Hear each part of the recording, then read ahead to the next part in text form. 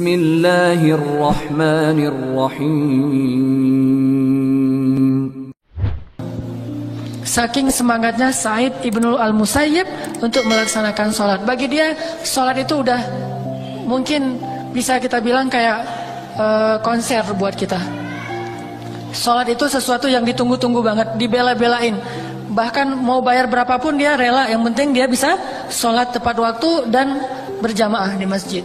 Ini gimana sih punya semangat yang kayak gini?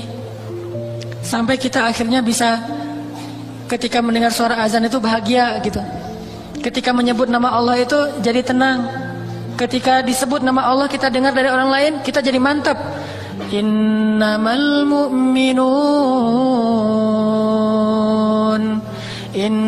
mu'minun alladzina idza dzukirallahu wajilat qulubuhum. Mukmin yang sebenarnya jika disebut nama Allah hatinya gemetar. Wa idza tuliyat 'alaihim ayatuhu zadathum imana. Kalau dibacakan ayat Allah, imannya bertambah. Wa 'ala rabbihim yatawakkalun. Bertawakal kepada Allah Subhanahu wa taala, berserah diri kepada Allah. Bisa nggak sih pas dengar azan kalimat Allahu Akbar, Allahu Akbar, langsung gemetar hatinya, gemetar rindu gitu. Kita pengen banget, saya pribadi tuh pengen banget begitu dengan azan tuh rindu gitu. Aduh, dipanggil sama kekasih saya nih, langsung wudu, langsung datang ke masjid dengan perasaan berbunga-bunga, bahagia, dipanggil. Kayak kita di miss call oleh calon kita. Saya bilang calon ya. Kalau saya mah di miss call sama istri. Tapi beda sih di miss call sama istri sama calon gitu, beda. Di miss call sama calon itu lebih cepet datangnya gitu ya. Di miss call sama istri ini pasti mau nagih uang bulanan ini mah. Coba bayangin di miss call oleh istri kita, di miss call oleh calon kita, atau mungkin bagi sebagian orang di miss call oleh pacarnya. Itu miss call tuh di capture sama dia. Lagi miss call keluar suara dia Yayang gitu ya, capture, langsung capture. Jam, tanggal dan segala macam di capture. Wah bangga dilihat-lihat. Sekali dapat SMS dihafal SMS-nya. Cuma satu SMS yang dia nggak berani hafal, lo gue N, itu nggak dihafal sama dia. SMS putus. Kalau SMS ya saya terima atau apapun lah bahasanya, saya belum pernah diterima soalnya ya. Jadi nggak tahu gimana sih rasanya diterima nembak gitu. Bilang aku suka lo sama kamu mau nggak jadi pacar aku? Terus dia jawabnya gimana sih? Kalau ya saya soalnya keseringan dibilang enggak sih, soalnya jadi nggak. Jadi nggak ngerti rasanya iya tuh gimana gitu. Satu-satunya ya yang saya dapatin itu iya menikah. Alhamdulillah gara-gara itu jadi terjaga.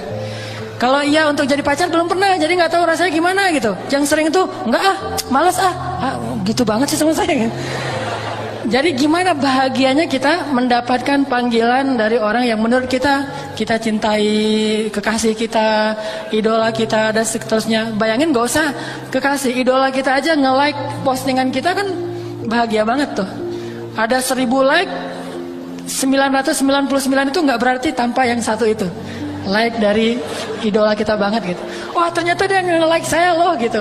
Langsung nunjukin postingan berikutnya apa, like itu yang diposting gitu.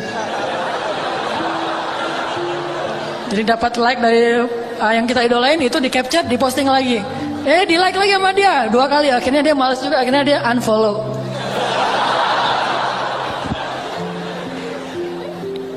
Gimana caranya biar kita bisa punya semangat kayak gitu ketika mendengar suara azan? Pertama, kita harus belajar butuh sama Allah. Karena kalau kita butuh, pasti kita akan nunggu-nunggu nih. Kalau kita ngerasa butuh sama Allah, pasti kita akan lebih ringan untuk datang kepada Allah. Analogi paling gampang tuh, saat kita dalam banyak masalah kan kita jadi gampang sholat ya. Kalau lagi banyak masalah, sholatnya khusyuk. Lagi banyak masalah, tahajud, berapa juz? 1 juz, aduh gak ada yang 2 juz ya. Gitu. Kalau lagi diputusin, nyari yang 2 juz. Kalau lagi nyambung, nyarinya yang 2 ayat. Gak ada yang 2 juz, saya lagi pengen yang 2 juz, jangan yang 1 juz, di Al-Latif mah cuma 1 juz doang. Saya pengen yang 1 rakaatnya itu 3 lembar. Jadi 10 rakaat, 10 rakaat itu 3 juz, 30 lembar. Oh ada tuh, di mana? Di Mekah kata dia. Atau di Baghdad. Nah artinya, kok bisa ketika kita lagi banyak masalah, sholatnya ringan? Coba, pas lagi banyak masalah pasti ke masjidnya rajin kan? Wudu langsung udah ada di masjid. Malah kita sering nunggu-nunggu muazin. Begitu muazin telat dikit aja langsung kita yang azan. Azannya baper lagi tuh. Hayalah sholahnya, hayalah sholah. Perhatiin gue dong gitu ya. Ya, hayalah sholahnya irama kurdi, tapi kurdi yang paling baper. Kalau kurdi kan hayya 'alas shalah.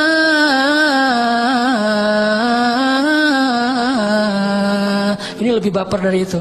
Sampai ada serak-serak basahnya. Udah gitu saking bapernya panjang, keputus lagi napasnya, di akhirnya gitu. Ini semangat ke masjid. Kok bisa? Karena kita ngerasa butuh sama Allah. Ya Allah, lembutkanlah hati bapaknya supaya bapaknya itu butuh kan?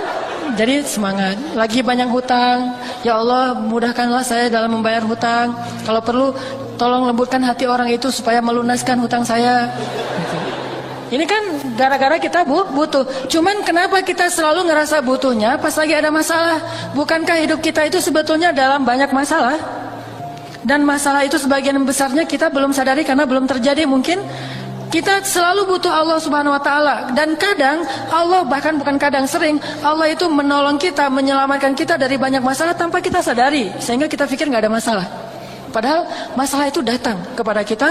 Allah bentengi kita dengan sholat kita yang sebelumnya, sehingga pas masalah datang akhirnya dia mental lagi, datang lagi masalah, hilang lagi, datang lagi. Itu lebih sering daripada masalah yang udah datang kepada kita kemudian Allah angkat setelah kita ngerasain.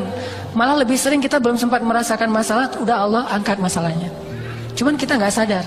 Makanya Allah mengatakan, yas'aluhu man fis samawati wal ard kulla yawmin huwa fi sya'n. Setiap hari Allah sibuk mengangkat masalah dari hambanya. Ada yang diangkat masalah setelah hamba itu merasakannya sehari, 2 hari, setahun, 2 tahun. Ada yang diangkat masalah itu sebelum hamba itu merasakan masalah ini. Jadi sering justru Allah itu sebetulnya menghindarkan kita dari masalah, menghindarkan kita dari kecelakaan, menghindarkan kita dari musibah, menghindarkan kita dari kerugian, menghindarkan kita dari sakit, penyakit. Sering menghindarkan kita dari banyak hal. Cuman Allah nggak pernah ngomong gini, hei hambaku, ini udah ya, satu masalah aku hindarin nih. Kamu bersyukur gak sih? Ya bersyukur Allah, alhamdulillah gitu. Terus ini hambaku, kalau Allah mau ngomong kayak gitu, kayaknya kita nggak sempat ngapa-ngapain. Kenapa? Sehari mungkin 1000 kali Allah akan ngomong kayak gitu kepada kita. Dihindarkan. Baik masalah yang menimpa kita secara personal ataupun masalah yang menimpa kita secara kolosal. Baca deh sains tentang astronomi. Dalam semalam itu berapa asteroid atau komet atau bintang jatuh ke bumi yang terhindar oleh kebesaran Allah Subhanahu wa taala. Bayangin ukuran mobil aja.